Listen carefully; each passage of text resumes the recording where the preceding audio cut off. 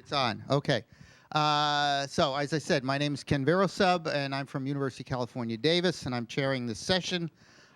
We have tough competition from the Haiti session, but I do a lot of work as a mediator and a facilitator, and one of the things we sometimes say is the people who are in the room are the people who should be in the room. So we've got the right people here. Whoever you are, I'm sure we have the right people here.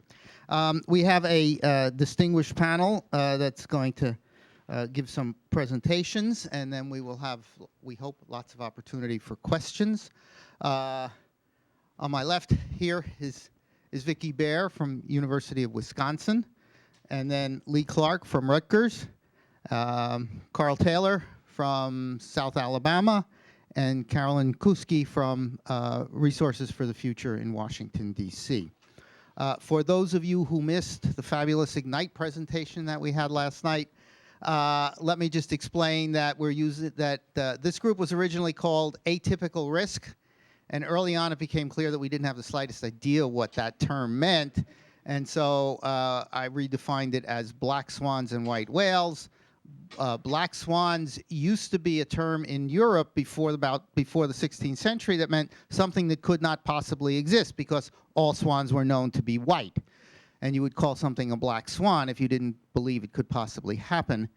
And then Wilhelm de Vlamingh sailed into Australia and discovered black swans, and so that forever changed our view of swans. And so black swans, this is not my creation, this is actually Nassim Nicholas Taleb wrote a book called Black Swans, and there may have been somebody before that who came up with that. Anyway, it's an event. A black swan event is an event that changes the way we view the world. On the other hand, I had to come up with something contrasting to that, so finally decided on white whales.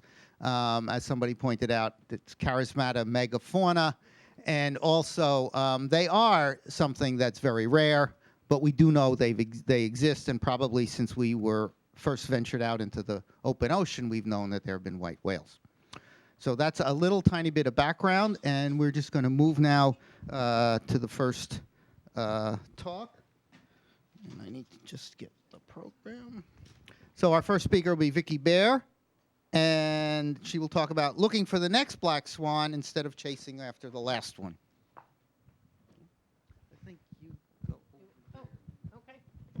That's fine. And if you have questions, write them down. Is there paper for questions, or? The notepads, yeah. Okay, yeah, you have notepads.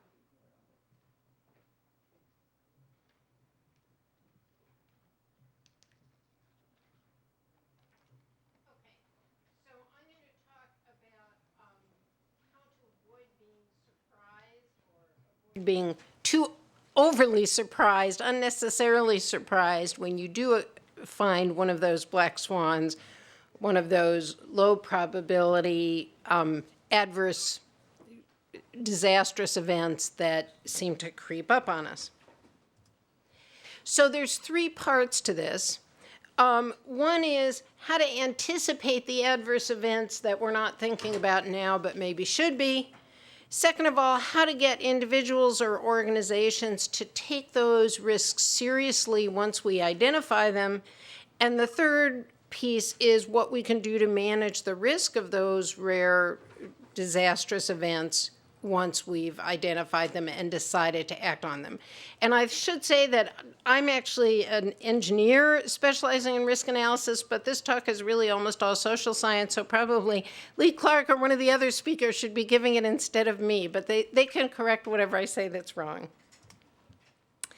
How to anticipate adverse events that are not getting enough attention now. Part of this is basically brainstorming, but I think there is some guidance. For most of these kinds of things, we're interested in what kinds of events could bring together a large amount of energy with a large number of people. So, for example, September 11th is a good illustration of that.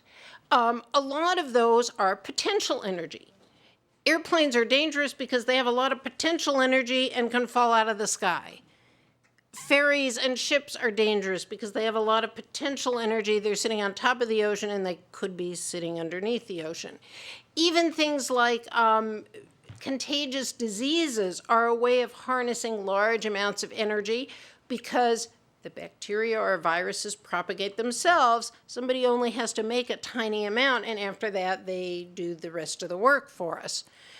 Same thing if you think about Hurricane Katrina and the failure of the levees. There was potential energy there. Somebody could have also blown up the levees. All of those are examples. Obviously, we can think of infinite numbers of examples like this. How do we decide which ones to worry about? Focus on the ones that are bad enough to be existential threats, quote unquote. And existential doesn't have to mean, ending all of civilization as we know it. But I think right now, at least here in the US, a lot of people are spending too much time worrying about, well, what if some bad guys blew up a warehouse at a port someplace? And yes, that would be bad, but it really isn't catastrophic. The person who used this term, Bob Ross at Department of Homeland Security, he actually says that even September 11th and Katrina were not existential threats because, look, in the end, the world ended up back to more or less as we knew it beforehand for most people. But certainly those start rising to the level at which we ought to start paying attention. Are these events unimaginable? People have argued that September 11th was unimaginable, that nobody could have anticipated it. But people have gone back to look, and actually many pieces of what happened at September 11th had already happened either in the US or elsewhere. There was a planned attack on the Eiffel Tower. An employee tried to crash a plane into Federal Express. Certainly hijackers have caused accidents, not accidents, but disasters resulting in hundreds of fatalities. I think there were a couple of incidents where it's believed that suicidal pilots took plane loads of passengers down with them. And there have been incidents where terrorists tried to destroy US jets. So a lot of pieces of what happened on September 11th had already happened prior. So in theory, it should have been possible for somebody who was expert in aviation security to anticipate September 11th. Why didn't they? What happened to prevent that? These issues about organizational culture, this terminology is due to a colleague of mine, Ron Westrom, who's a sociologist at Eastern Michigan University. And he distinguishes between pathological cultures in which the messengers are quote unquote shot, hopefully not literally, but in which nobody wants to hear the bad news and it's career limiting to deliver that news. Bureaucratic cultures in which messengers with bad news are tolerated but compartmentalized. If you have a suggestion about how to do things better, put it in the suggestion box and the suggestion department will deal with it in their normal cycle of business. If you have information that you want to get to somebody in some other division, you have to go up the chain of command and over across at the vice president level or whatever, and then down the chain of command at the other side. It's not really accepted for you to just pick up the phone and call up your counterpart in that other division and say, hey, you really ought to know about this. By contrast, a generative safety culture, which most of us also know in the form of learning organizations, is an organization in which messengers are actively encouraged and, in fact, Ron Westrom would say sometimes trained. What kind of bad news should you be looking for and how should you deliver it?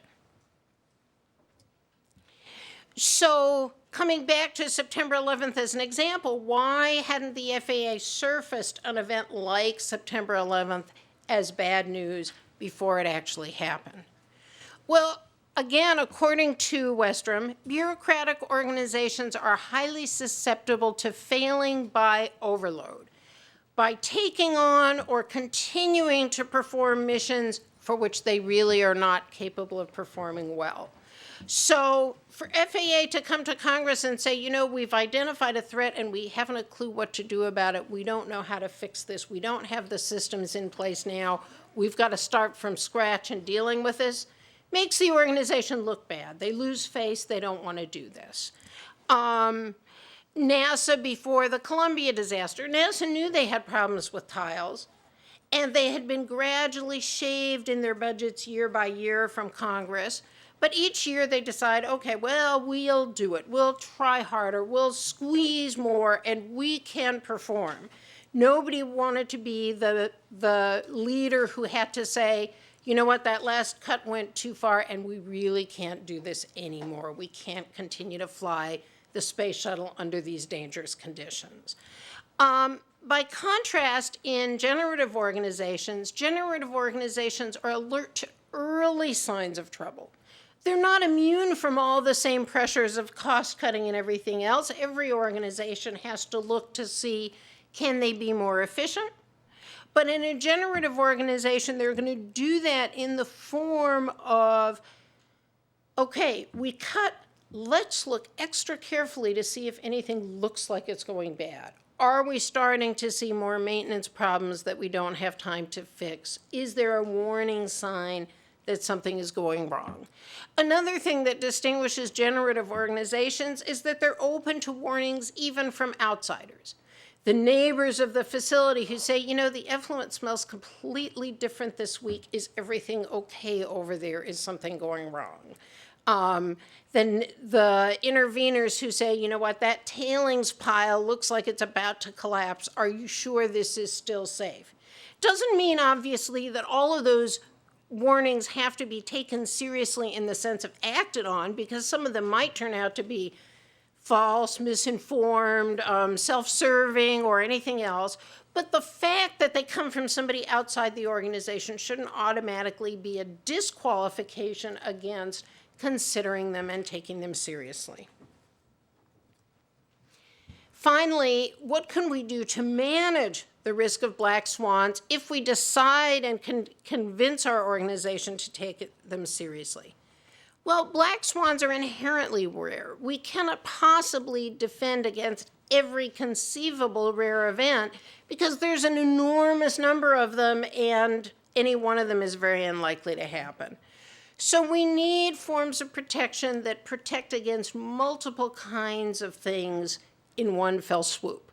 So examples are emergency preparedness. We don't need to know the nature of the emergency. There's a lot of preparedness that could be useful against a wide variety of emergencies. Intelligence collection if we're concerned about intentional threats.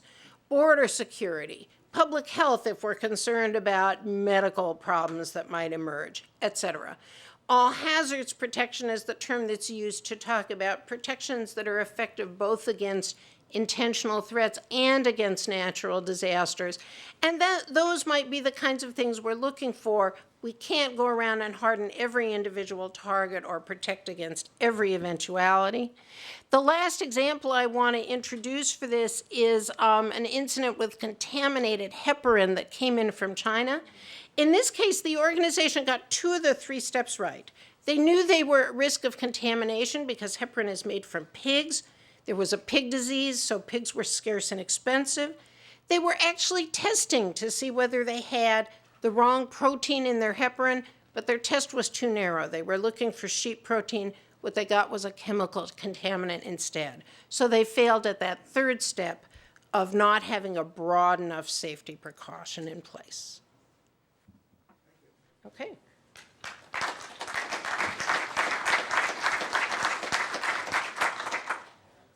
Okay, we will have we hope to have lots of time for questions, so please write down your questions. Next speaker will be Carl Taylor, who will be talking on mermaids and manatees, the misidentification of risk.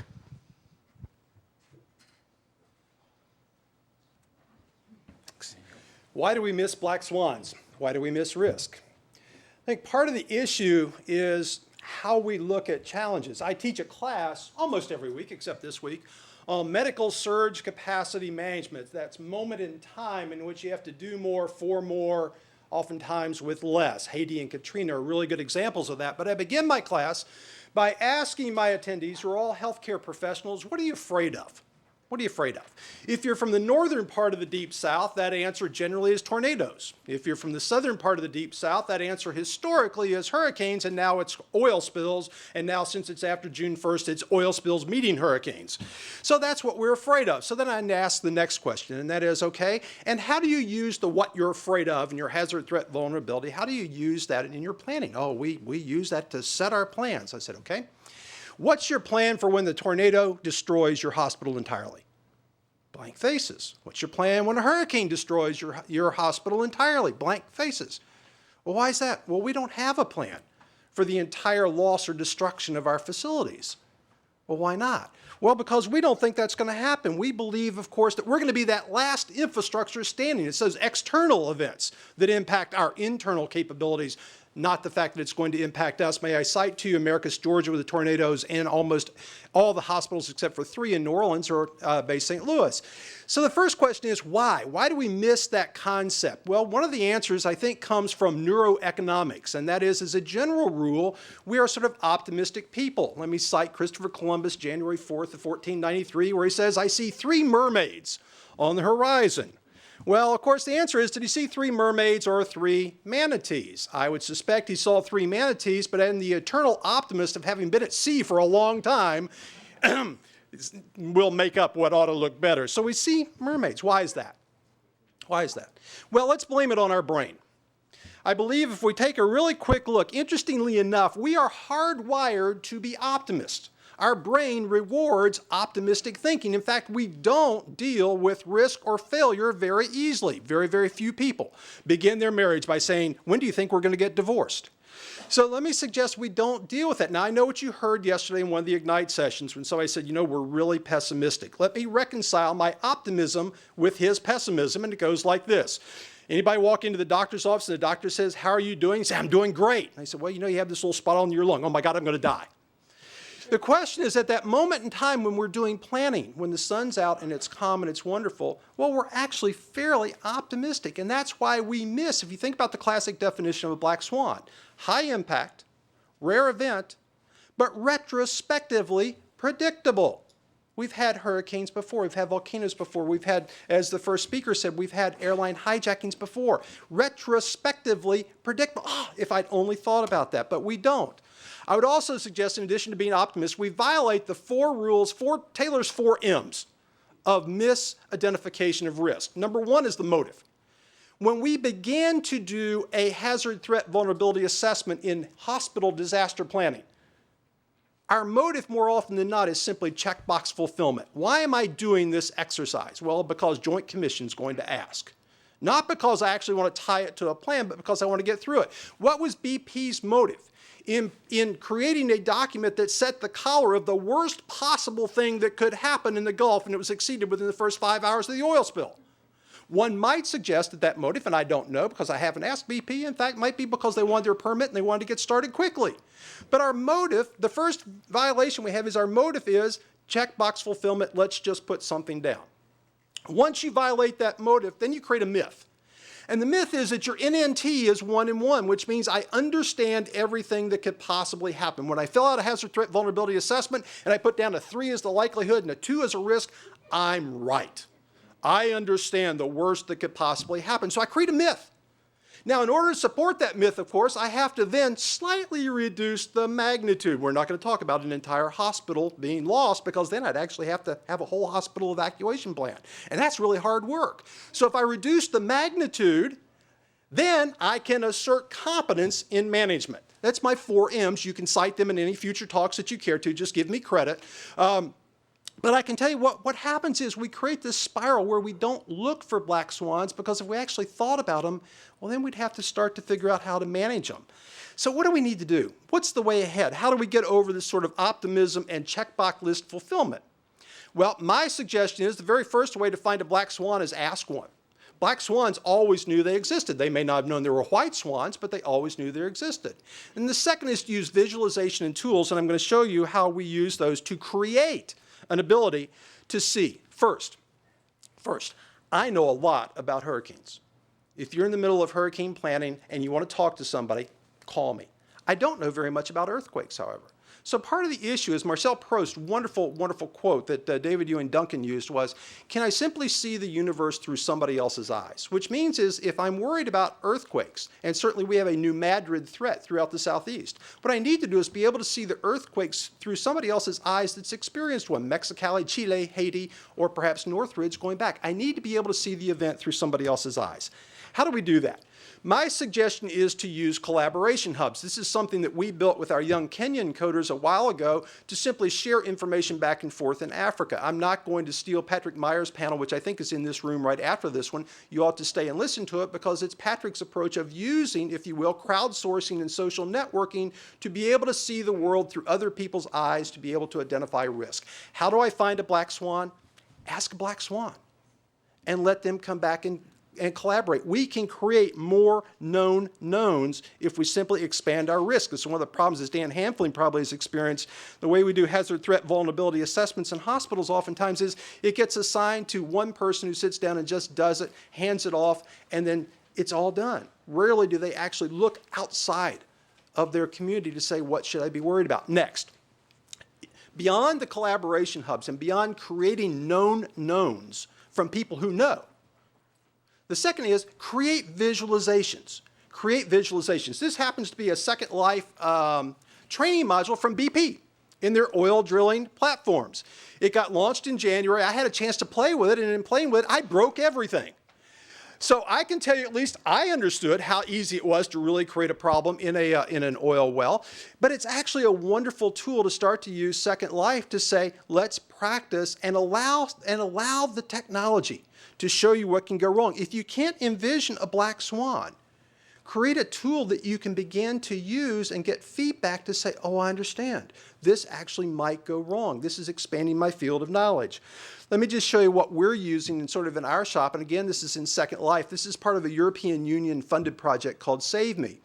And what we're doing is we're building a series of public transportation hubs that exist in Europe, and we're going to experiment with what can go wrong with that hub. This happens to be Monument Station in Tim's hometown of London, and this happens to be, forgive the Second Life look, happens to be the Goddard Tunnel.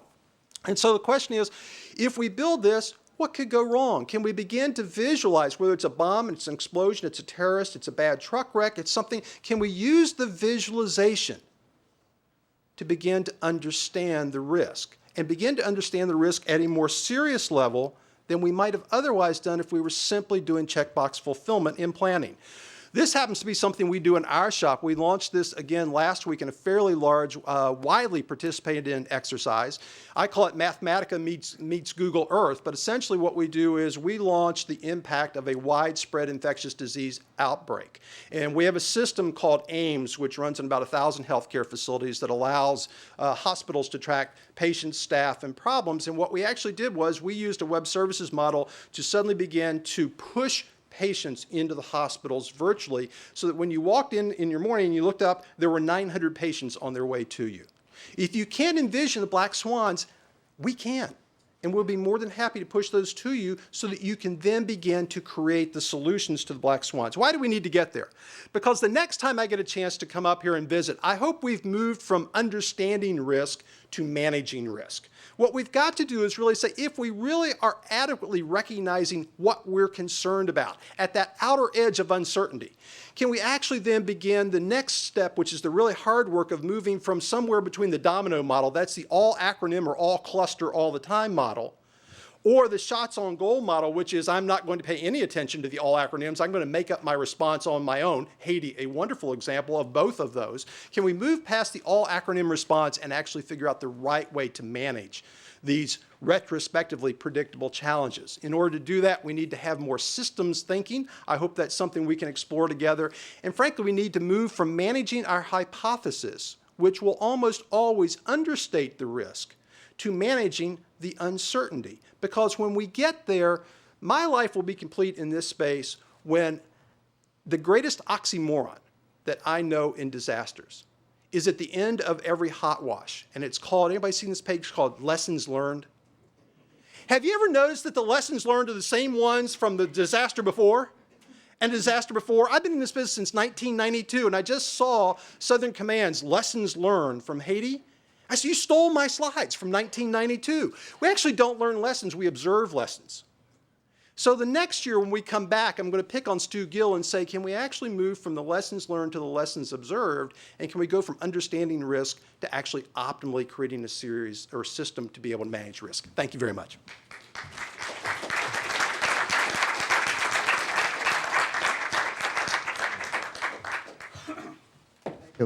Next speaker is Lee Clark, who's going to talk about perils of probabilism, how good sense leads to possibility neglect. Okay.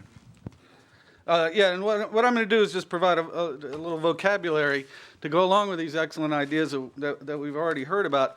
And the key phrase in my title there is possibility neglect, and those of you who know Cass Sunstein's work will get the reference. And what I'm going to do is I'm going to talk about a way to be sensible in talking about and thinking about and worrying about, even perhaps planning for extreme events. But first we have to talk about what good sense is, and I'm all for good sense, but the dominant model of good sense has to do with probabilistic thinking. It's the social sciences, from psychology, economics, even my beloved sociology is full of rational choice prescriptions, which means it's in different ways I discover that people often make choices that don't go along with probabilistic reasoning. Then I conclude that people are, get it, irrational. And taken into our worlds of risk perception and disaster preparation, the prescription is, and this comes from different people on the left and people on the right and people in the center, that we not worry disproportionately. That we worry about, and there's good sense in this, that we worry about the things that pose the greatest likelihood of doing us harm. And that, so it follows that it's irrational to worry about asteroids and all kinds of things. And that we avoid probability neglect. Again, this is the clever idea from Cass Sunstein, who tells us not to worry about the things, the hazards out there at the tails, on the left and the right, that we worry about the things that pose us the greatest risks. You see it in popular places too. Tom asks us why we worry about the wrong things. Yet the moral prescription is quite clear that there are the right things to worry about. Again, those are the things that pose us the greatest harm. There's Dave is in the room. Dave Ropeek, one of the smartest people I know, and this is one of his quotes. And as you can see, in the abstract, when Americans correctly tend to talk about in terms of statistical probability. But when it gets specific, we get down to specific threats, emotion overrules logic pretty quickly. Now, I'm misrepresenting him just a little bit, but you can see the prescription that probability theory advises we worry about the things that pose us the greatest threats, the greatest hazards. And let me be clear, because I'm about to leave probabilistic reasoning. I regard it as one of the great advances of civilization, probabilistic reasoning. It is through the miracle of probabilistic reasoning that I know not to invest my retirement money in the New Jersey lottery. Instead, I invested in much more conservative instruments like the stock market. So let me pose this idea of possibilistic thinking as a complement to, not a substitute for, as a complement to probabilistic reasoning. And there's this wonderful quote from our colleague at Stanford, Scott Sagan, who says, things that have never happened before happen all the time. And there's no better way to phrase it. And here's an example. Now, my advice upon seeing this, takes a couple of times, is not that we neglect the probabilities that if you come up the next intersection you come up to, that you say, damn the torpedoes, Clark said everything is possible. Anything. And so I'm going to shoot through this thing and I might probably make it. No. I advise you to go along with the probabilistic reasoning and stop at the stop sign. Nonetheless, it's a great video for demonstrating the idea that things that have never happened before happen all the time.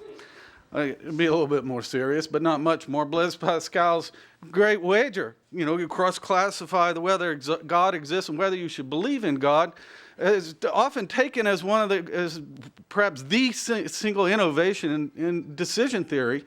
But I don't think it was that at all. It was about probabilistic reasoning. I don't think it was that at all. Possibilistic thinking says, okay, to heck with the probabilities for the moment. Let's just worry about the consequences, say if nuclear power has a really bad day. And getting back to Pascal's wager, it's not about the probabilities at all. It's about burning in hell if you make the wrong choice. Yes, and we do it in lots of different places, possibilistic thinking. If you're young or middle class and you can afford it, you buy life insurance if your organization doesn't provide it. And this is the right thing to do. But notice the bet that you're making, and it's one of the reasons that insurance companies make so much money. You're making the bet that you're going to die a lot sooner than the insurance company's betting. It's a bet made strictly on the possibilities, on the consequences, and not on the probabilities at all. How many of you have teenagers? Yeah, you know that feeling, the sinking feeling you get when the teenager gets in the car in the driveway at night and is going to drive away for the evening? That sinking feeling that you're never going to see her again? I'm sorry to be so dark. Where's Carl? But, you know, that's possibilistic thinking. Now, the likelihood is that the kid's coming back. But it's not, we call it good sense to worry about the teenager. Mine's only 20 and I'm still having that sinking feeling. The NTSB investigations, after every major crash, especially airplane crashes, which we all care about because we fly a lot, after every major crash, they go and investigate what happens. And occasionally they'll discover something that's applicable down the road. But not mostly. But none of us would say that it doesn't make good sense to investigate every single commercial airplane crash. These are just examples of possibilistic thinking. I'll give you one about the ignorance, about the, let's call it possibility neglect, just to rip off Sunstein a little bit. After 9/11, people started worrying about the trains. And this is a wonderful photograph of a chlorine car in front of the Capitol building. And then people started to say, well, maybe we should at least run the hazmats away from from Washington, D.C. And, of course, the chemical industry and the train people who run the train says, no, we don't worry about that. The likelihood of that chlorine getting out is vanishingly small. Against which some people might say, you know, things that have never happened before happen all the time. This possibility neglect that's led to this tragedy in the Gulf, and Carl alluded to it. And the BP wrote this, I called in other contexts, complete fantasy document about their ability to be able to control the uncontrollable. And like the lapdog apparently that they are, the Department of Interior rubber stamped it and let them get away with it. As a result, there was no honest discussion of the risks of deep sea drilling. Now, since I'm an academic and since Carl brought up known knowns, I will end with a slide that shows that I am deeply concerned with intellectual issues.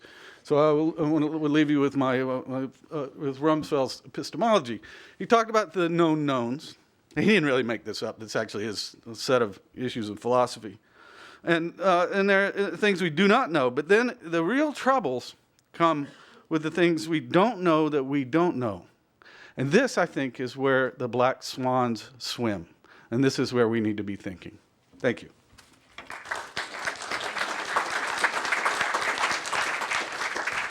Thank you. Our next speaker is Carolyn Kuski, who is going to talk about insuring catastrophic risk. Let me just announce that if you have questions, then, and I don't know your name? Judith, in the orange shirt, we'll write them down on a piece of paper and give them to Judith, and she'll bring them to us at the end of the talk. Okay, thanks. I'm going to say a little bit about insuring the types of risks we're talking about here today. The main difficulty with insuring these types of risks is that it's very expensive to do so. And I'm going to say a little bit about why that is and then what the political ramifications are of that, at least in the US context. So first we need to think about how insurance companies make their pricing decisions. And simplistically, we can think of firms as trying to keep the probability that they go insolvent below some target threshold probability. This might be set for them through regulation, like in the EU soon, or it might be a firm-level decision. So they're going to keep the probability that claims they face exceed their ability to pay below this target, and then they need to have access to enough capital in order to meet that target. This isn't much of a problem for non-catastrophic risks where the premiums that a company takes in any given year are more or less enough to cover the claims that year. But we know from these types of big catastrophes that losses can be very huge and far exceed any premiums that are taken in. So I'm going to say a little bit about 3 characteristics of risk that cause this sort of intertemporal smoothing problem for the firm. The first, of course, is fat tails. At RFF, we've been looking a little bit at damages from many natural disasters, finding that most are well approximated by fat tail distributions or Pareto distributions, at least over certain ranges.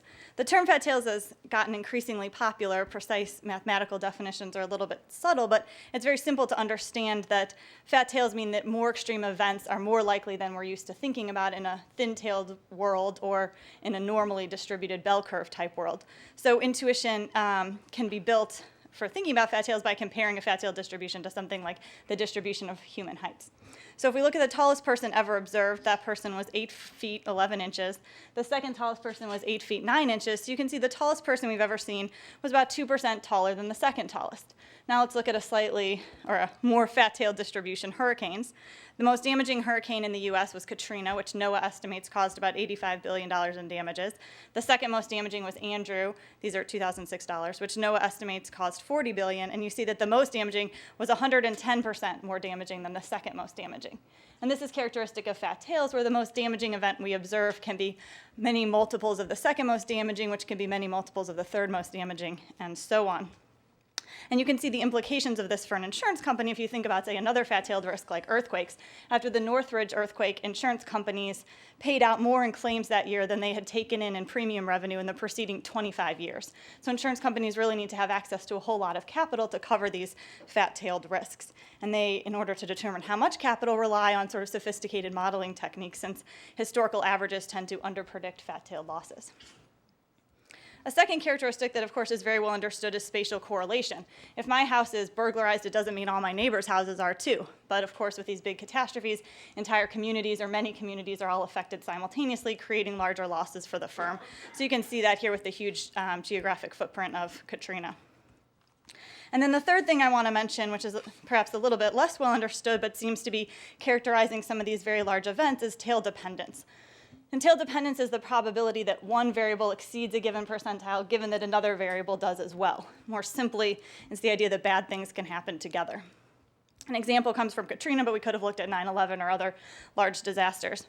Insurance companies write lots of lines of business. They write automobile policies and homeowners policies, health insurance, they insure recreational watercraft and cargo, they write life insurance policies, and most of the time the claims across these lines of business are independent from each other. Just because we have a lot of health claims doesn't mean that we're having a lot of automobile claims that year too. But extreme catastrophes have been shown to induce dependence across these lines of business. And so during Katrina, lots of companies saw high losses on all these lines simultaneously, which again creates this need for a lot of capital in the high loss years. And needing a lot of capital means that insurance premiums for catastrophic risks are going to be quite expensive. In the US, at least, these rates are regulated by state insurance commissioners, and some have observed that at least in some states, insurance commissioners prefer to keep insurance as cheap as possible for homeowners, and so will cap the amount that insurance companies are allowed to charge. If insurance companies can't charge the amount that they think they need in order to profitably write the risk, then they're not going to. And this is what we've seen across the Gulf Coast since Hurricane Katrina, where lots of the major insurance companies have scaled back their exposure, either not renewing policies or writing less than they were beforehand. And this sort of pullback from the private market can create a need for or put a strain on state residual market mechanisms. These are state-mandated catastrophe insurance programs to provide insurance coverage to homeowners and businesses that are unable to find that coverage in the voluntary market. They're in place for wind coverage in all the Gulf Coast states in the US. California has one for earthquakes. You can see on this graph here, which shows the percentage change in policies in force from the preceding year, that the Gulf Coast states have really seen dramatic increases, some of them quite dramatic increases, in their residual market mechanisms since Katrina. The exception sort of at the end in recent years, Florida and Louisiana have seen decreases due to some very aggressive depopulation efforts. So these programs are generally designed to be insurers of last resort for homeowners who really can't find a policy in the voluntary market. Some states, most notably and often discussed as Florida, have become much more competitive with the voluntary market. And these programs can write insurance cheaper than the private market, but that's because they don't charge all the costs of insuring a catastrophe up front. And this can introduce cross-subsidies into the pricing of these state programs through sort of three main mechanisms. The first is post-event assessments. So these programs, if they receive greater claims in a given year than they have money available to pay for them will assess insurance companies or policyholders, often in multiple lines of coverage in the state, in order to make up the deficit. So this, you can see, creates a cross-subsidy from other policyholders within the state to those high-risk homeowners and businesses within the state program. Some states have also just put direct taxpayer money into their programs. Florida and Mississippi have done this. In Louisiana, the assessments on your insurance premiums that you might get after a large disaster can be deducted from your income taxes, again creating this kind of subsidy from the general taxpayer to those in the program.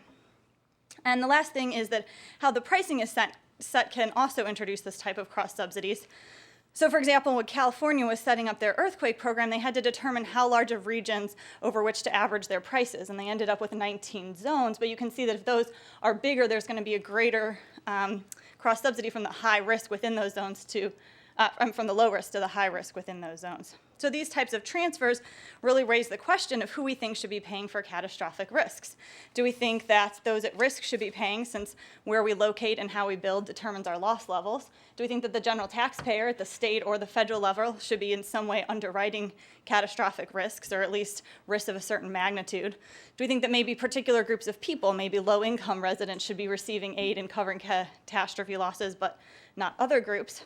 And how we answer this question is really going to determine how we think these state programs should be designed and what we think the proper role is for the federal government in the catastrophe insurance market.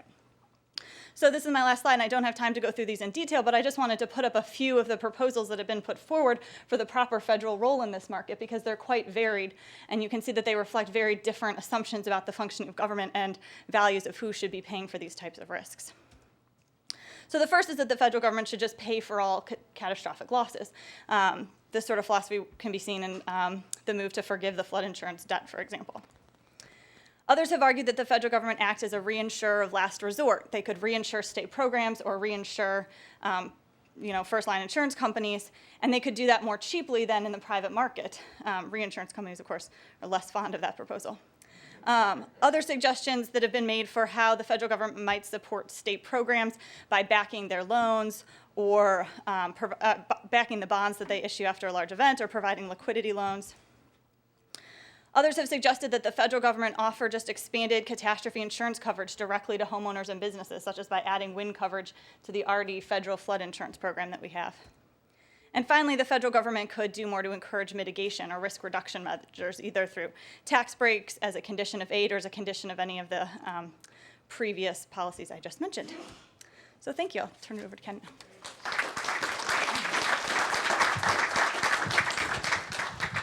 Okay, and since we're running on time, my last speaker is me. I'm going to talk about volcanic eruptions as black swans or white whales.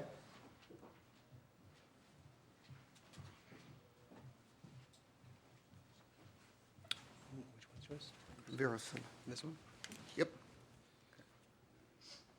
That's it. Okay, thank you. I think a lot of the focus at this meeting is going to be, of course, on earthquakes with Haiti, and then to a lesser extent on hurricanes, since the hurricane season started yesterday. But I thought it would be useful to go through volcanic eruptions a little bit as either black swans or white whales, or perhaps black swans and white whales, and give you an idea about the variety of things you could worry about if you're worrying about volcanic eruptions. There is a sort of classic view, and the reason I want to do this, let me just say, is that in fact, major volcanic eruptions are as frequent as major earthquakes. If there's a scale for sizes of volcanic eruptions, and if you plot the frequency in any given year of different size events and versus the frequency of different magnitude earthquakes, they're pretty much the same. So in fact, volcanic eruptions are in many ways comparable to earthquakes. They certainly don't get as much attention. But there are a lot of different things that can happen with volcanic eruptions, and as we saw in the last couple of months, some of them are not expected by a lot of people. So here's a standard model for a volcanic eruption. You have a stratovolcano, it erupts, you have a little bit of fire fountaining up at the top, you have some lava coming down the side, and I think this is the way most people tend to think of a volcanic eruption. And if you're lucky, you have time to finish your glass of wine before the lava actually flows in and overcomes your little restaurant on Mount Etna, I think this is. But there's a lot of other things that go on. And in fact, we discovered that in April when Eyjafjallajökull erupted in Iceland. This was not a big eruption. This was not a significant volcano. There are several much bigger volcanoes in Iceland, and they are capable of doing a lot more than this one did. But this one did a lot for a little tiny relatively small eruption. The main thing is that it sent this plume of volcanic ash, which you can see going from left to right, that dirty streak going across, is the volcanic ash from the eruption. In this case, because the eruption came up through a glacier, the type of ash that was created was very, very fine, and it got carried a long distance. And we had, in a sense, the perfect storm or the perfect weather to carry that over Europe and let it sit over Europe. And the net result, as you all know, is that we basically shut down air travel in northern and in most of Europe, actually, for almost a week. And a lot of people said, I never knew that could happen. The Washington Post called it the most bizarre event conceivable for shutting down air traffic. But there was nothing particularly unusual about this. There's an entire organization which is devoted to studying the impacts of volcanic ash, and a part of that organization looks at aircraft. There have been previous incidents when aircraft have flown through volcanic ash and ran into problems. When there's a volcanic eruption in Kamchatka or on the Aleutian chain, they immediately reroute planes that are going to Korea and China and Japan. But it just never happened in Europe, and so people had not ever thought that it could happen there. So that's what resulted there. There was also trouble at ground level.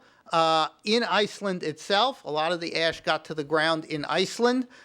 These are Icelandic ponies being herded in the volcanic ash. It's not healthy for the animals. It's also not particularly healthy for people. Volcanic ash is essentially fine pulverized glass.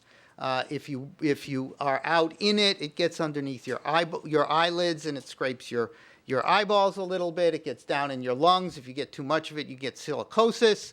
It can also get into all kinds of mechanical devices, not only airplanes, but sewage treatment plants, water pumping plants, anything mechanical shuts them all down. So there's really a potential for very serious societal disruption just from the volcanic ash. But that's not the only part of the story. As I said, there have been other eruptions in Iceland. 1783, there was a big eruption. It was called the Laki eruption. You can see the fissure from it on the left. It was about 50 or 60 kilometers long. And one of the things that was associated with, a lot of lava came out of it, but one of the things that came out with the lava was fluorine gas. Fluorine gas is heavy, so it settles down in the hollows. And in Iceland, they let their primary source of protein is sheep, which run wild on the countryside, and they round them up every so often. And the sheep hunker down in these little wallows that they make. Well, they hunkered down in the wallows, and the fluorine came in and killed them off. So 70% of the sheep were killed, which in turn led to a famine in 1783 that killed between a third and a half of the population of Iceland. So there are serious impacts. And again, there's no reason why this sort of thing could not happen again. Even worse was the one that does not show up here, which is a map of Europe showing little black dots on England and mostly on France. And these were places where there was what was called a dry fog, which was essentially a fog with a fair amount of sulfur in it that settled on the countryside. And it caused difficulty with breathing. 1783, Benjamin Franklin was cavorting in France as our supposed ambassador there, and he noted that there was a connection between this dry fog and the eruption that they then knew about in Iceland. So it clearly had an impact on people even in Europe, and I hope this one does not also show up. I thought somebody checked all of this. This is a map. This would show the mortality in English parishes. Somebody went back and looked at mortality rates, and there's a doubling of the death rate in England in 1783, clearly attributed to this dry fog and the sulfuric acid that was coming over. Okay, another way that volcanoes can be deadly. This is Lake Nyos in Cameroon, and people coming here one day noticed that instead of a nice deep blue lake, they had this dirty brown color on the lake, and when they started walking around, they discovered that all the people and all the cattle were dead, but the birds were not.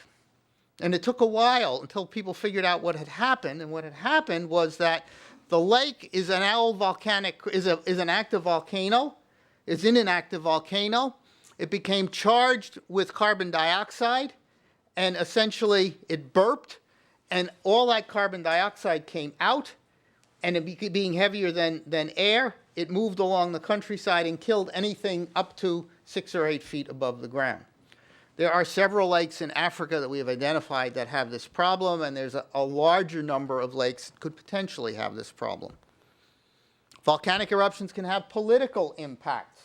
When Pinatubo went off in 1991, the United States was negotiating with the Philippines about continuing to occupy the Subic Bay submarine base and Clark Air Force Base in the Philippines. Philippine government wanted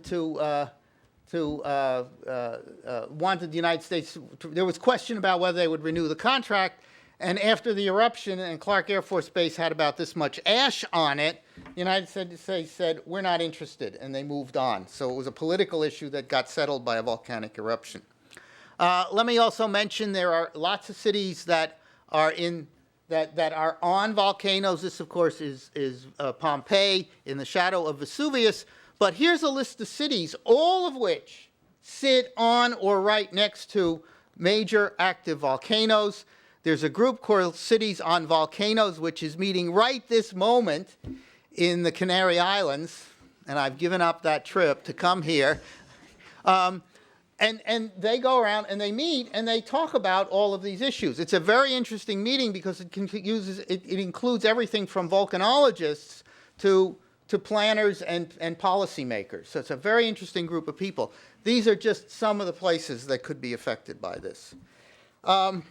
Let me just mention one more, a couple more. One is Tambora, 1815, an Indonesian volcano, not very impressive looking now, but when it erupted in 1815, there was a tremendous amount of sulfur that was put into the upper atmosphere.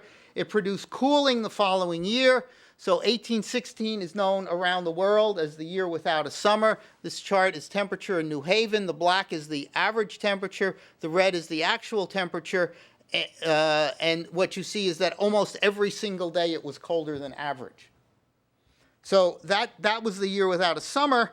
People used to say, well, okay, that's once in 10,000 years there's something like that. Well, I've gone back and with students and some other colleagues looked at Huayna Patina in Peru, which erupted in 1600. We've gone into historical records. We've gone to the Spanish colonial archives in Seville and the Jesuit archives in Vatican City and all kinds of neat places. We think that 1600 was another one of these events. In 1601, there was the worst famine in Russian history. 500,000 people are estimated to have died, and it led to the overthrow of Boris Godunov. If you look at the tree ring record, you see that 1816 was a cold year, 1601, maybe 1641, but certainly 1601, 1453, and then there's another one that shows up at 1258 as very, very cold years.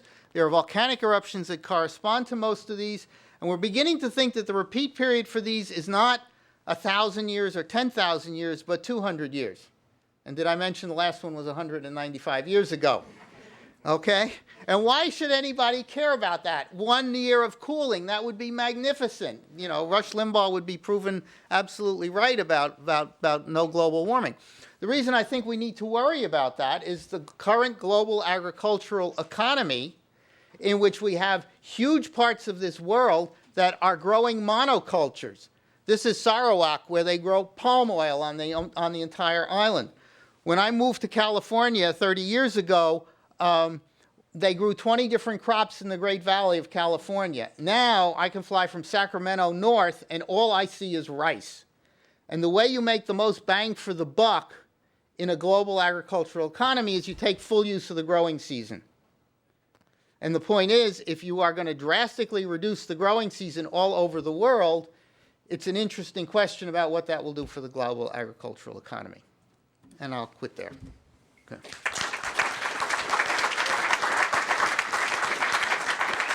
Okay, so we're ready for questions. We have some. Okay.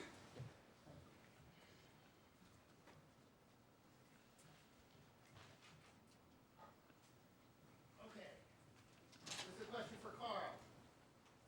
How about managing IM risk? Okay, I guess this is Carl. How about managing IN risk? What is IN risk? I meant to say managing in risk, but I guess I meant. No, okay, in risk. Catastrophes. Oh, during a catastrophe. Sorry, during a catastrophe. Yes, the HHS says there's only 17 things to be worried about. IN risk must be number 18, right? You know, the interesting thing is that's actually what we do, and it's part of what we sort of do wrong. We oftentimes wait till an event happens, and then we make up a response to it. That's sort of the shots on goal approach or the all acronym response. My preference, if you had a choice, is actually to start to manage the risk before the risk occurs. And so what I mean by that, for example, from a healthcare perspective, we can know our community's health before disaster strikes. As a result of that, we can actually stockpile the kinds of things that we actually know that our communities need before the event occurs. Because many of the things that our communities need when the event occurs actually aren't the things that the federal government is stockpiling. Katrina is a wonderful example of that. Cipro was not the answer to Katrina.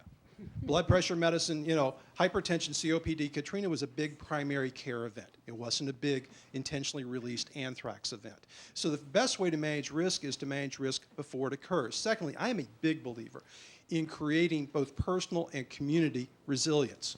If you have a plan and you can manage, then you're one less person that I have to worry about when it occurs. How can I do that? Well, one of the things I can do is I can actually lean forward to you. I can text, I can email, I can communicate, but what I need to do is encourage you to be prepared. What really puts stress on us are the folks that are not prepared, that don't have resilience, and many times that's social economic. And so the risk occurs. Those that are the most fragile are the ones that we've got to be prepared for. And yet we suddenly treat this as this new novel event, and frankly, we stumble a lot. Katrina was a really good example about stumbling because we're making things up. But if you can realize that those who are challenged, that don't have cars, that don't have transportation, don't have the ability to evacuate, for example, that they need your help. How about now while the sun's out? And there are strategies that you can do it. So my suggestion is, instead of always playing behind, which is the way that we respond, how about try and play it ahead sometimes? And if you imagine black swans so that you understand the gravity of what can happen, that 900,000 people out of Louisiana can go in motion, 250,000 of those will need health care. If you can imagine that, then you can begin to build a system by which you can respond to those. I think one of the things that we've done, this is my last comment because I know there are lots of questions, is we've spent a lot of time in this country on something called surge capacity. And Dan Hamfling in the back is actually one of the national experts on that. I think the world of Dan, but to be quite candid, I'm a bigger believer in surge capability, which is how can we create that capability, both with healthcare providers and with individuals, to manage healthcare when it happens, for example. So managing in risk, I'd actually prefer to manage before the risk, and then that would manage in the risk much easier. Thanks. Can I add on? Oh, sure, please. And this fits very well with what Carl was just saying. After every single disaster, there are always success stories, but they're beautiful success stories from the ground up. The regular people who get together and go in to save those who are in trouble. A big problem that we have in this country is that we're committed to the command and control model. Think about it, though. By the time, for most disasters, by the time the guys and the gals in the uniforms get there, all the people who are going to die are already dead. They're not the first responders. The building caves in right now, we're all the first responders. And yet, after every disaster, our officials are caught off guard. They're like, who would have thought all these people would show up at Lower Manhattan and try to help? Duh, all of us. Well, yeah, but I still think that there's a need for training people on incident command. Oh, absolutely. I'm just saying the over-reliance on it leaves us more vulnerable than we need to be. Well, yes, but I remember the night that Katrina blew into New Orleans.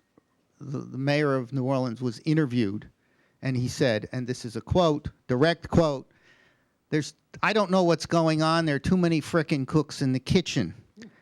When I heard that, I actually called someone and said, we're in trouble. Because if the person who is the head, who is the commander at that moment, doesn't have the slightest idea what to do, then we're in deep trouble. And I think we've really gone backward in terms of incident command, in terms of understanding how to respond at the governmental level. Yeah, I'm going to leave aside the Ray Nagin question since we were broadcasting, but I could tell you this: the day after the storm left, a bunch of good old boys from Southwest Louisiana.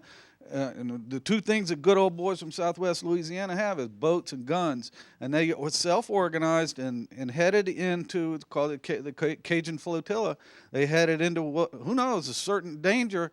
They went to help people. And they had the boats to get people out and the guns to shoot the bad guys and the snakes and I don't know, all the monsters who were going to be there. And who got in their way? The National Guard the officials wouldn't let them go in. My colleague Karen Chess and I have suggested this wonderful idea called elite panic. Instead of regular folks freaking out, it's the elites who freak out and often put us in greater danger than we need to be in. Let me just, since we tend to teach this a fair amount and actually get to work and experience it, there is value to incident command. I think, however, what we're seeing, particularly in large, complex disasters, is that you've got to move away from a very strong command and control to something that I refer to as management and influence. Because what happens is you have a lot of people that show up, and Haiti's a wonderful example of this. I mean, between Crisis Commons and GeoCommons and the work that the World Bank did and everybody else, we had people showing up on our radar screen that I had no idea what their competencies are. But when you learned how to leverage them and use them, they were spectacular. I mean, I think the work that was done by the crowdsourcing and social networking community in Haiti was absolutely gold standard, wonderful stuff. They would not have been in a traditional ICS structure. Even the UN cluster side, well, I'll leave that for the moment because we usually add another word after cluster. But I think was a bit challenged. But I think what we can find is it's not a question of being organized and having a concept of where to begin and where to start, but you still have to realize disasters are not linear, and management of disasters. Question of why so many people didn't have flood insurance, so I'm not going to try to. Well, in California, people often say, well, I'm not getting earthquake insurance because it's God's will if there's an earthquake. I think there's also a lot of evidence that after a disaster, like after Katrina, people might buy flood insurance for 1 or 2 years and then drop it. And, that's a perfect example of what buying high and selling low. The chance of there being a disaster that next year is very slim, and by the time the next disaster comes, they're not insured anymore. And so Howard Kunrather and some of his colleagues at Wharton are talking about ways to counteract that, such as giving discounts for long-term insurance contracts. There's no reason why an insurance contract has to be 1 year. You could have a 10 or 20-year contract that's transferable when you sell your house. And if people buy those and get an upfront discount for doing that, you might have a lot more people being insured for a lot longer. 60% of the people living along the Gulf Coast a year after Katrina believed that a Katrina-like event would never happen again. And that's one of the challenges. I talked to a wonderful friend of mine out west a few weeks ago, and he said, we've had 300-year floods in the last 3 months. I'm good for the next 300 years. We have other questions? Anybody who just want to raise their hand and ask a question? Yes. I'm starting to write it down, but Just ask it. I'll repeat it for the mic. I'm curious about the issue of when we look at how modern society operates in the Western world, in particular in just-in-time delivery. Oh, sorry. Issues such as do you hear me now? Still don't hear me. Press up on that blue button. It's on. Okay, there we go.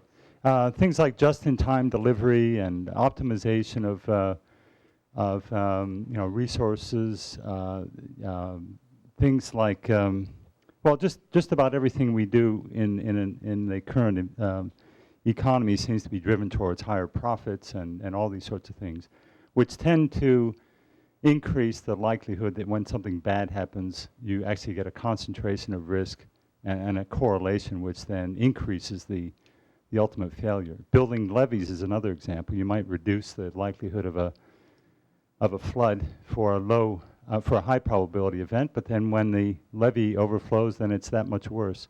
I guess I'm curious if any of you would like to comment on how we actually reconcile those conflicting issues, how we manage risk within a society that it's actually tending to drive us towards actually creating risk concentrations. I can give you at least one practical example. And from the healthcare perspective, most hospitals, certainly within the last 2 decades, have gone away from warehouses and trucks and, in fact, have gone to just-in-time inventory. What just-in-time inventory actually does is it actually makes you less resilient.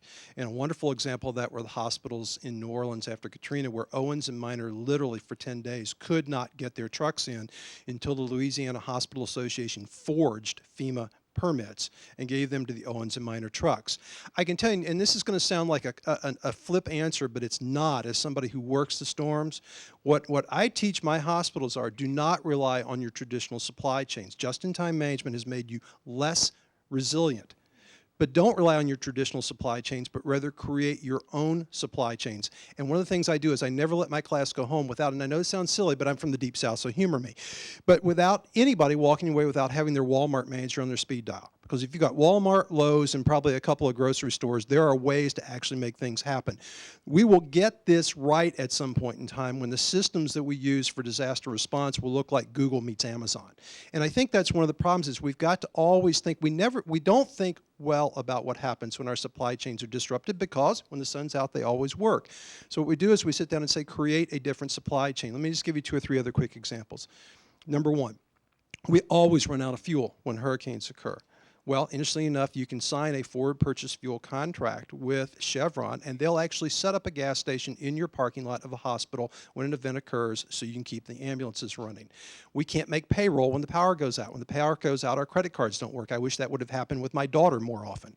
But what you can do is actually banks will come in and set up banks on wheels, and we can revert back to a cash society. Everybody says, oh gosh, we can't go back to a cash society. Sure you can. It's called planning. Banks will actually come in and provide cash on wheels banking for your facilities to keep your facilities open. I don't know of a good hospital that hasn't created a power substation on their campus to keep the power on, and I don't know of a good hospital that hasn't dug a well so that they have a backup water supply. So I think you're raising exactly the right issues, but again, what we need to do is sort of lean forward to say, okay, what are the lessons learned in our after-action report? Power, comms, and lift. How can we create, resilience around power, comms, and lift? And if we can do that, we can actually lean forward and stay open better. And that's all important after the event comes, but about preventing the thing from happening in the first place, you got to say it. It's the dirty word. It's like being a liberal or a feminist. We need more regulation. And if we had effective regulation, effective requirements that the BP and it's not just that deep well, it's other deep wells.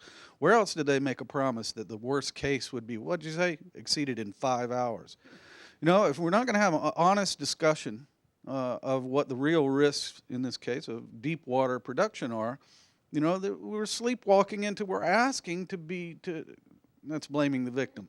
We're setting ourselves up for disaster. Now, it's not just, oh, he loves the government. I do think we need more regulation of these hazards. But one of the things that does, other than just requiring the meeting of standards, is it brings more eyes onto a problem. And this is part of what Vicki's talking about when she's talking about a generative organization. When you set up a set of institutional procedures so that more people, particularly those who know the black swans, who are the black swans, can set up and say, hey, wait a minute, you could blow this thing all to hell and back, and you haven't even thought about what it means to try to respond at a mile deep. Then maybe somebody says, oh, yeah, maybe that is a disaster waiting to happen.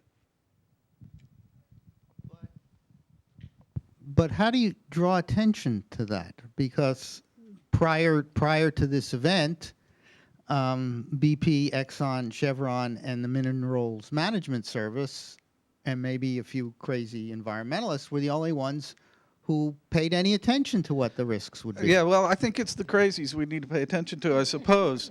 Look, one of the reasons that nuclear power is reasonably safe, and I say that sort of with my tongue high in my cheek because it ignores the entire production cycle, but nonetheless, one of the reasons that we haven't had more TMIs is because the environmentalists were in there screaming and yelling, and because the regulations were created that made the utilities and the reactor manufacturers have to create have to pay more attention to the details, had to justify their plans to people that they were potentially putting at risk.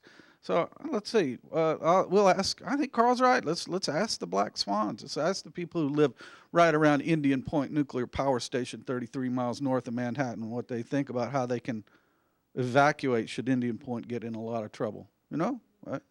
You have to look to places who are. To people who aren't just the bona fide experts, because we're always going to say exactly the same thing. Well, I would like to ask you if you can somehow accommodate the subjective part of perception of risk, because decisions are generally taken as a combination of subjective evaluation and objective analysis. And many of the decision makers, apart from the population, tend to see the black swan as white and the white whales as gray. And it's an important issue that has not been given too much attention for the time being. How to incorporate this subjective perception. We have cases in water resources where when a flood is coming, the decision maker changes his attitude to risk. And this is an important issue to be taken into account. Go ahead, you got the microphone. I don't know why, but I just have the thing. I just have the tool. I didn't have anything interesting to say about it. The answer is yes. What? People's response to how they perceive the hazards has to be something that we take into account. But we also need to take into account, as I say, when using this idea of elite panic, the perceptions and the subjective perceptions, as you say, of those who actually have at their command the organizations and the resources to nudge things one way or the other, which isn't much of a response. So I'll give you the mic to someone who does. I'm not sure I'm going to really answer things, but I have an interesting example from insurance, I think. And the Insurance Information Institute has these great graphs of the rates of return on net worth for insurance companies. And if you look at the rates of return for the entire United States except Florida, it's around 0. And if you look just for Florida between Hurricane Andrew and 2004, excluding both those events, the rates of return are about positive 40%, and it looks like the insurance companies are making these massive profits at the expense of the poor homeowners who are getting charged these really expensive premiums. And it can lead to a lot of political outcry because the perception is that the rates are much too high for the risk. Look at all the profits they're getting. Look how high my bill is every year for my homeowner's insurance. But all you have to do is add in Andrew in the 2004 and 2005 season, and the rates of return for those insurance companies drops to negative 40%. And so those companies really need those really good years to be charging high rates in order to more than make up for the bad years, and they can't even more than make up for the bad years. They've been underwater since about 1990 in Florida. But I think that disconnect between how the risk is perceived when it's been several years without a hurricane and I'm still facing these high rates is maybe part of this disconnect. This is sort of another take on that, you mentioned just maybe 2 or 3 questions ago the person in California who had just been through 3 1-in-100-year floods. And I think that's one of the problems, is that risk is communicated in this way that makes people think that if it's a 1-in-100-year event, it can only happen once in 100 years. And then I think several of you are from locations where you also have multiple perils. And how do you suggest changing the way that risk is communicated so that we get away from this notion that if it happened this year, it's not going to happen in 99 years. And how can you be additive? Because I think at the end of the day, the preparation has sort of has to flow from the sense that there are multiple perils that we need to at least be prepared for in terms of how do we recover from them, even if maybe the physical preparation is different, and is there a way to sort of get that preparation culture by changing some of those things?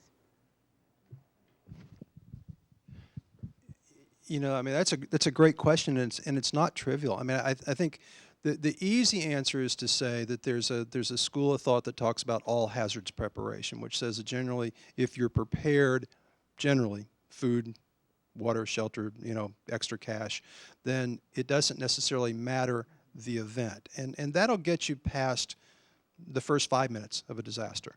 The problem is that disasters take on different characteristics. I mean, for example, are my communications up or are they down? Can I land supplies or not? Haiti was a great example in where power comms and lift all disappeared. And so you're sitting back going, how do I actually get supplies in? How do I communicate with people on the ground? How do I manage? But one certainly is the concept of at least all hazards, that there are some common denominators. I think the other problem that we're seeing in the South and is that there's a bit of a hazard fatigue. And it's the other side of, I think, the question that you're answering, which is, and I don't mean this from a political side, but it seems like we've been scared for a long time right now. And what we're actually seeing with a lot of folks is just, we're just tired of wrestling with this. And I mean this with all deepest respect, and we are funded directly through a lot of the federal government funding programs, so anybody from the feds, don't cut me off, I don't really mean this. But H1N1 wasn't a particularly good example of a federal response. We're all going to die, but don't worry about it. The vaccine's coming tomorrow, but maybe next month. Close schools, but not during football season. You know, I think what we were learning is that there was a lot more of a need to have your own just internal compass of how to manage. And the way to build that internal compass, as far as I'm concerned, it's one of the reasons we use a lot of simulation and modeling, is to sit down with a lot of slider bars and a lot of variations, to bring professionals together to say, let's talk about what the ranges of this are. What could happen? What is it we're going to worry about? And build that local resilience so you can begin to at least build the confidence that when something happens, you can begin to respond to it. Yeah, I just wanted to comment about fatigue. I didn't look this morning, but I'm willing to bet that the threat level in the United States now from a terrorist attack is orange.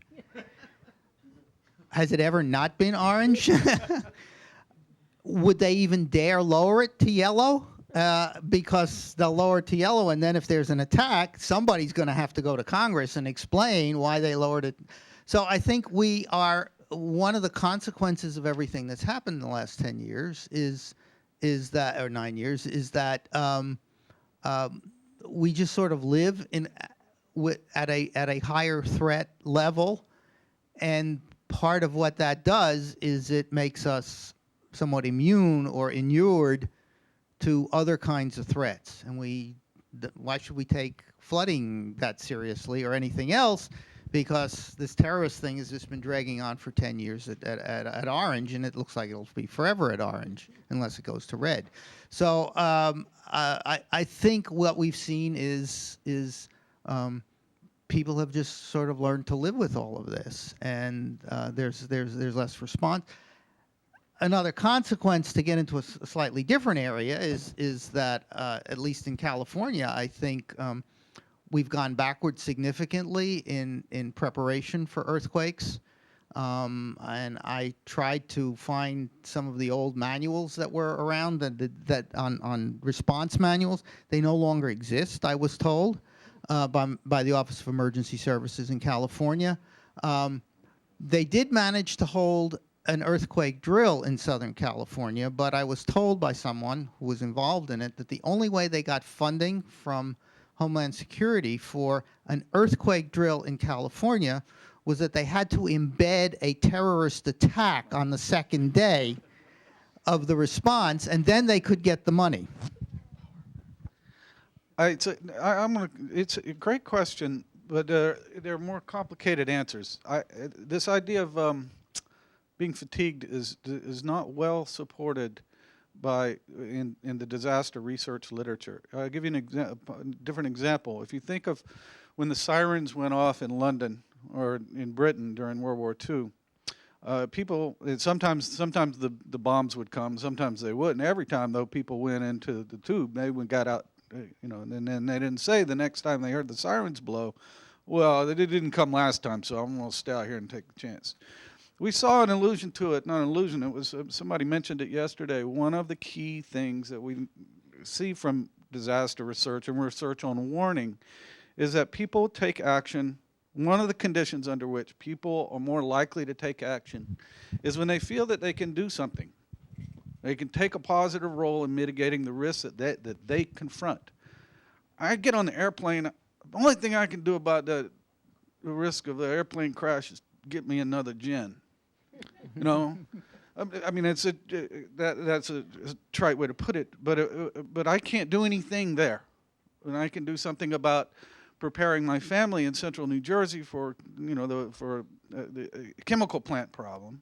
Then I'll do much more likely to do that. The problem here is we tend to think of risk communication as if it comes from officials, it comes from the experts, and it's just a matter of like I just tell my son the risks of driving under the influence, and that's enough to take care of the problem.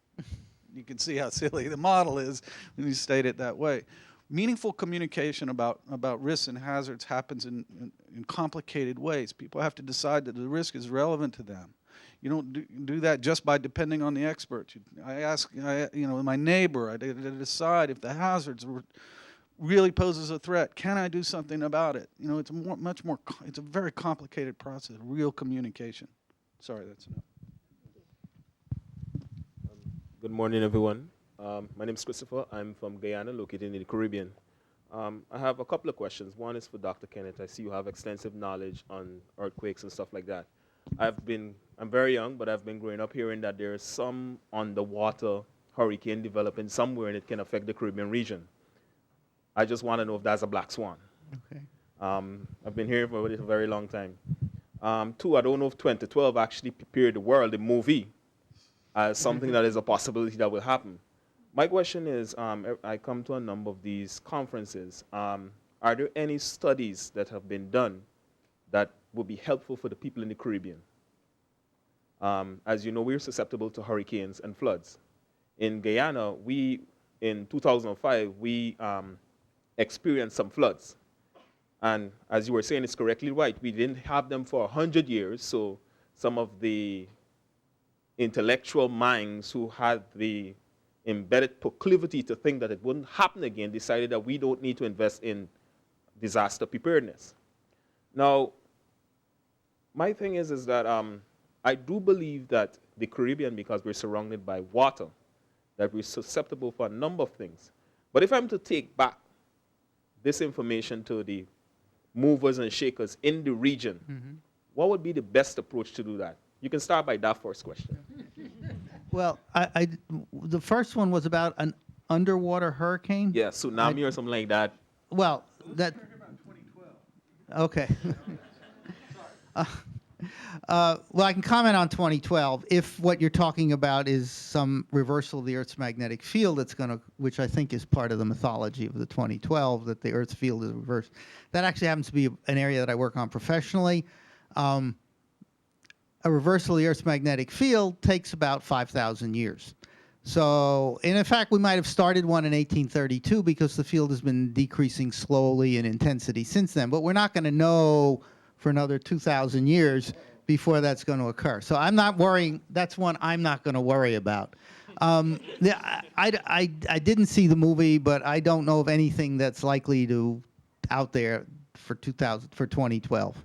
Other than the fact that the Mayan calendar will begin counting again. We start other calendars over at different times. So I don't think that's something that needs to be worried about. As far as a hurricane, I don't know what exactly an underwater hurricane. The tsunami, there are certainly faults in the water, in the ocean, that on which there could be large earthquakes in the Caribbean.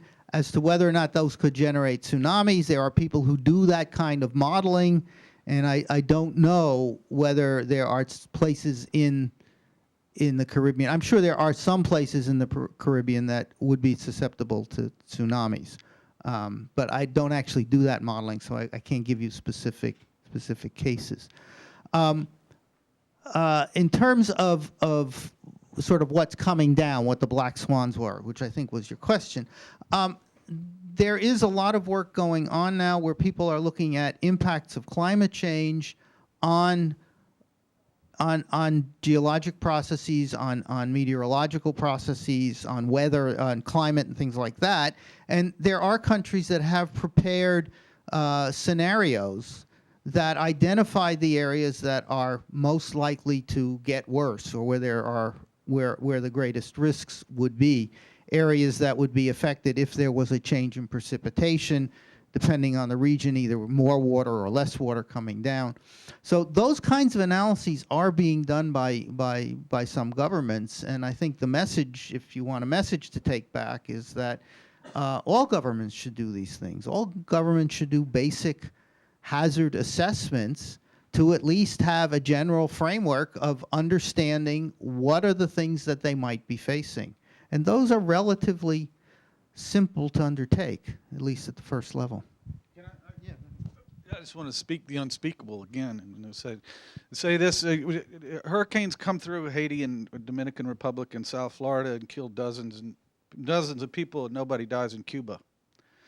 And it's not just because the government has done scenarios, but it's because they're prepared all the way down to the neighborhood level. Independent studies have shown. I mean, people, I'm not a communist, whatever that is anymore.